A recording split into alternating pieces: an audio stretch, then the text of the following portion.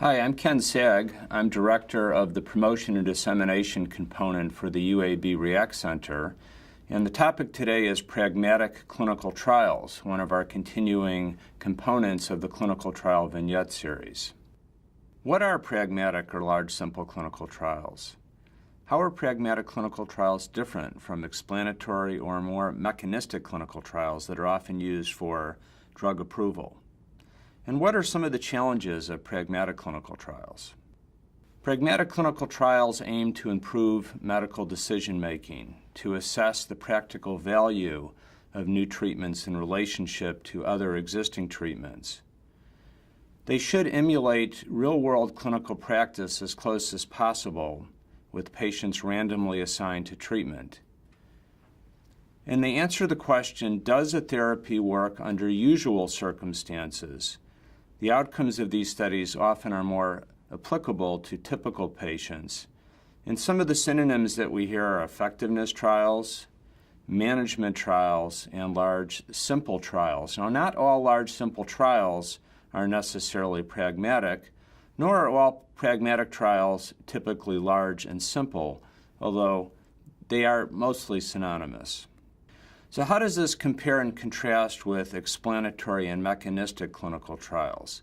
These studies, which are the typical studies necessary for approval and regulatory clearance of new drugs, biologics, and devices, aim to identify biologic mechanisms for how treatment works. They determine whether a new treatment actually possesses the favorable activity in man, which laboratory studies have led us to suspect. They often occur in closely monitored environments that don't necessarily represent normal clinical practice. And they answer the question, can it work under ideal circumstances? They measure outcomes that are often not significant to the patient and sometimes of less relevance to overall public health. These are efficacy trials. So we're distinguishing between efficacy and effectiveness. Traditional efficacy studies, Phase 3 clinical trials, focus on selected populations, and they suffer from a healthy person effect and often the absence of important subgroups. They're conducted under tightly controlled follow-up and assessment circumstances, following strictly encompassing protocols. And often they'll have a placebo run-in to improve adherence and make sure that people are actually going to be maximally adherent to the study circumstances.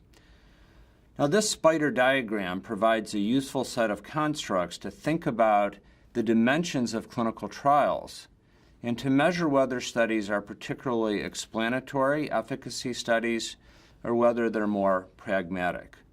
And you can see some examples here where studies such as the self-administration versus observed tuberculosis treatment study is very highly explanatory across the spokes of these different dimensions. In comparison to example number 4, which was a study of aspirin and preeclampsia, which was a much more explanatory study. So across these different dimensions, we can assess the components of a study that define whether it's more explanatory or more pragmatic. If we think about the dimensions of pragmatic clinical trials in terms of generalizability and internal validity and compare them with randomized controlled trials, pragmatic clinical trials have high generalizability but lower internal validity. So they measure real-world effectiveness. They include minimal eligibility criteria. They have low risk and simple treatments. They have objective, patient-centered, real-world outcomes. It's really not a true dichotomy, but it's a continuum.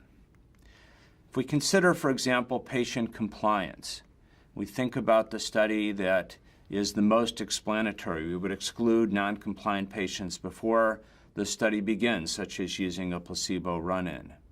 We could apply compliance-improving strategy to everyone, or we could monitor compliance only and intervene if it was particularly poor, or we could just monitor it only, or we could completely ignore compliance to therapy. That would be the most pragmatic of all these different approaches. Well, these studies have been around for a while. There's many famous examples, such as the All-Hat study, which showed that thiazide diuretics were as effective as more expensive antihypertensive therapies. The problem was that study cost over $100 million. So the cost of these studies is quite substantial. How do we engage representative populations? How do we get busy physicians and their clinical staff in the real world to participate? What are more efficient ways to collect data? And how do we improve the regulatory requirements? Many physicians in practice who might want to participate in such studies don't have the regulatory staff that might be present at academic centers to participate in human subjects approvals and contractual things. Is there a way we can make some of these things simple? So to summarize, pragmatic clinical trials provide real-world effectiveness data, which is in contrast to the efficacy information from traditional randomized clinical trials. They employ large sample sizes and have fewer restrictions, which maximize their generalizability.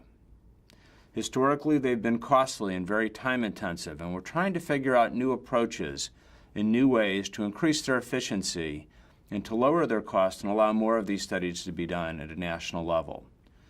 Groups like the Patient-Centered Outcomes Research Institute have major funding initiatives that now focus on conducting more pragmatic clinical trials.